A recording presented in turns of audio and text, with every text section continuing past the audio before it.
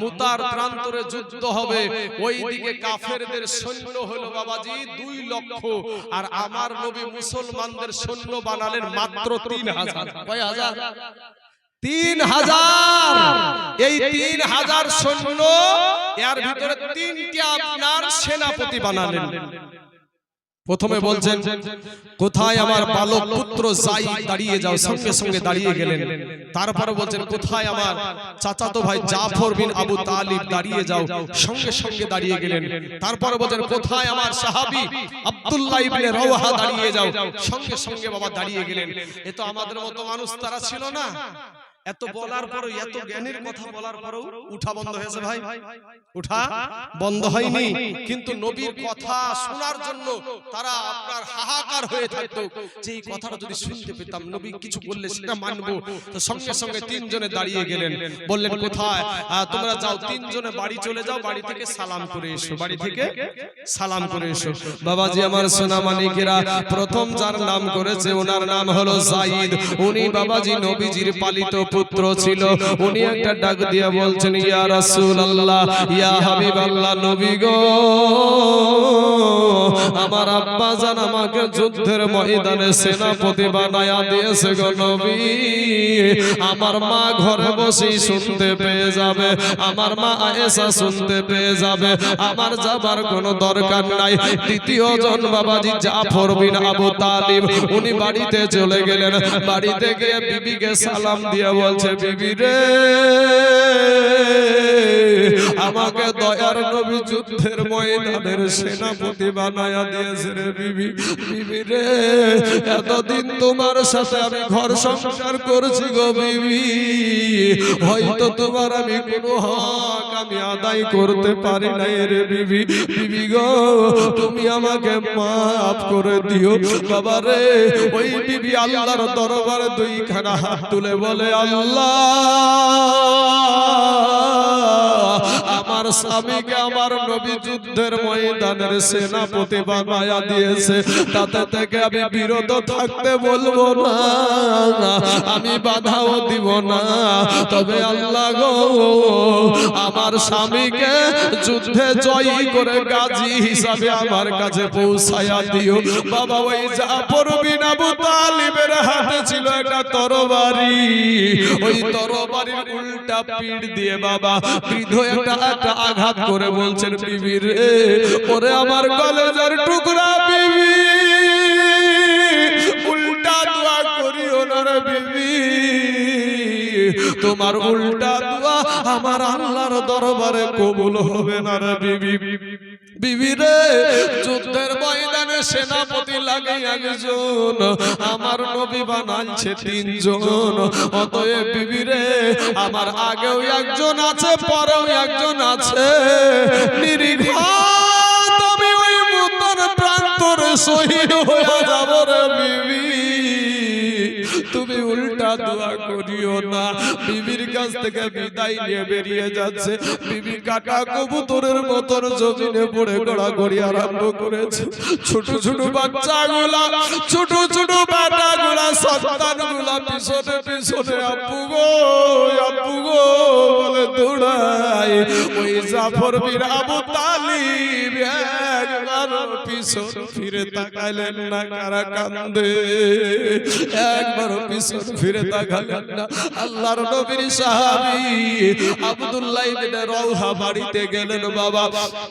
নতুন বিবাহ করেছে, ফুল সজ্জার রাত্রি, বাসর সজ্জার রাত্রি বাবা। ইভিনিং টাইমে বাড়ির বাইরে থেকে সালাম দিচ্ছে, বিবি কোরআন তেলাওয়াত করছে। বলে বিবি গো, একটু কোরআন তেলাওয়াত বন্ধ করো, আমি তোমার স্বামী এসেছি। স্বামী, বিবি গো, আমার দয়ার নবী আমাকে যুদ্ধের ময়দানের সেনাপতি বানায়া দিয়েছে গো বিবি। বিবি গো, আমাকে তুমি মাফ করে দাও, আমি তোমাকে নতুন বিয়ে বিবাহ করেছি, কোনো হক আমি তোমার আদায় করতে পারি নাই রে বিবি। বিবি গো, তুমি আমাকে মাফ করে দাও গো বিবি। বিবি একটা ডাক দিয়া বলছে স্বামী গো, আল্লাহর নবী আপনাকে যুদ্ধের ময়দানের সেনাপতি বানায়া দিয়েছে, আমি তাতে থেকে বিরত থাকতে বলবো না, আমি বাধাও দিব না, তবে স্বামী গো একটা বার আপনি ঘরের ভিতরে আসেন গো স্বামী, আপনার সাথে নতুন বিবাহ হয়েছে স্বামী গো, ভালো করে আপনাকে আমি দেখতে পাই না, একটা বার বাড়িতে আসেন। স্বামী ডাক দিয়া বলছে বিবি রে, আমি বাড়ির ভিতরে যাব না, আমি বাড়ির ভিতরে গেলে ও বিবি তোমাকে দেখলে আমার মনে প্রেম জাগবে, ভালোবাসা জাগবে, যুদ্ধে যেতে মন চাইবে না। বিবি ডাক দিয়া বলে স্বামী খোদার কসম কিরা বলি গো স্বামী, আপনি যদি ঘরের ভিতরে আসেন আপনাকে কোনো প্রেম নিবেদন করব না, কোনো ভালোবাসা নিবেদন করব না, একটা নজর শুধু দেখে রাখতে চাই, কাল কিয়ামতের মাঠে যেন আপনাকে স্বামী রূপে চিনে নিতে পারি। জোরে জোরে বলুন সুবহানাল্লাহ। এ বাবাজি, ওই বাবা আপনার আব্দুল্লাহ ইবনে রাওহা বলছে বিবি রে, তুমি যদি ধৈর্য ধারণ করে দুনিয়া করতে পারো, কিয়ামতের মাঠে না আমার আল্লাহ তোমাকে আমাকে জান্নাতের ভিতরে আমাদের পরিচয় করায়া দিবে। জোরে বলেন সুবহানাল্লাহ। এ মুসলমান যুবক, আজ তোমার বিবিকে বিধবা করতে হই না রে বাবা, যুদ্ধের ময়দানে চলে গেল, এবার যায়েদের হাতে বাবা তরবারি ইসলামের পতাকা, বাবা কলা গাছ ঝুড়া করে ঝুড়তে ঝুড়তে হে বাবাজি একসময় যায়েদকে কাফেররা ঘেরাও করে ফেললো, আল্লাহর নবীর সাহাবীকে শহীদ করে দিল রে বাবা।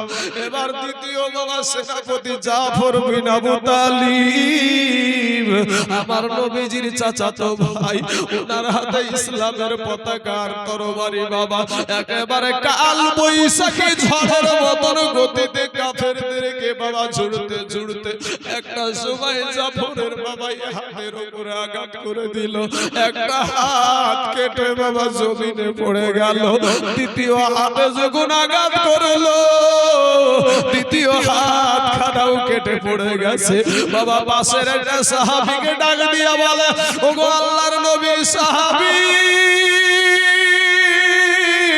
দয়ার নবীকে বলিও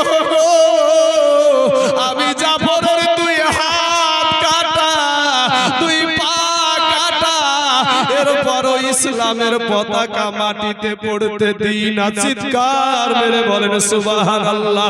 দুইজন সাহাবী দৌড়ে গিয়ে দেখছে বাবা জাফরের দুই হাত কাটা, দুই পা কাটা, ইসলামের পতাকাটা মুখে কামড় দিয়া বাবা উঁচা করে রেখে দিয়েছে। জোরে বলেন হে মুসলমান বাবাজি, ও আমার আব্বা জানেরা, ও গো আমার এই হনুমন্ত নগরের মুসলমানেরা, আজকে বাবা গো তারা আপনার এই জীবন দিয়ে ইসলামটাকে প্রতিষ্ঠিত করলো।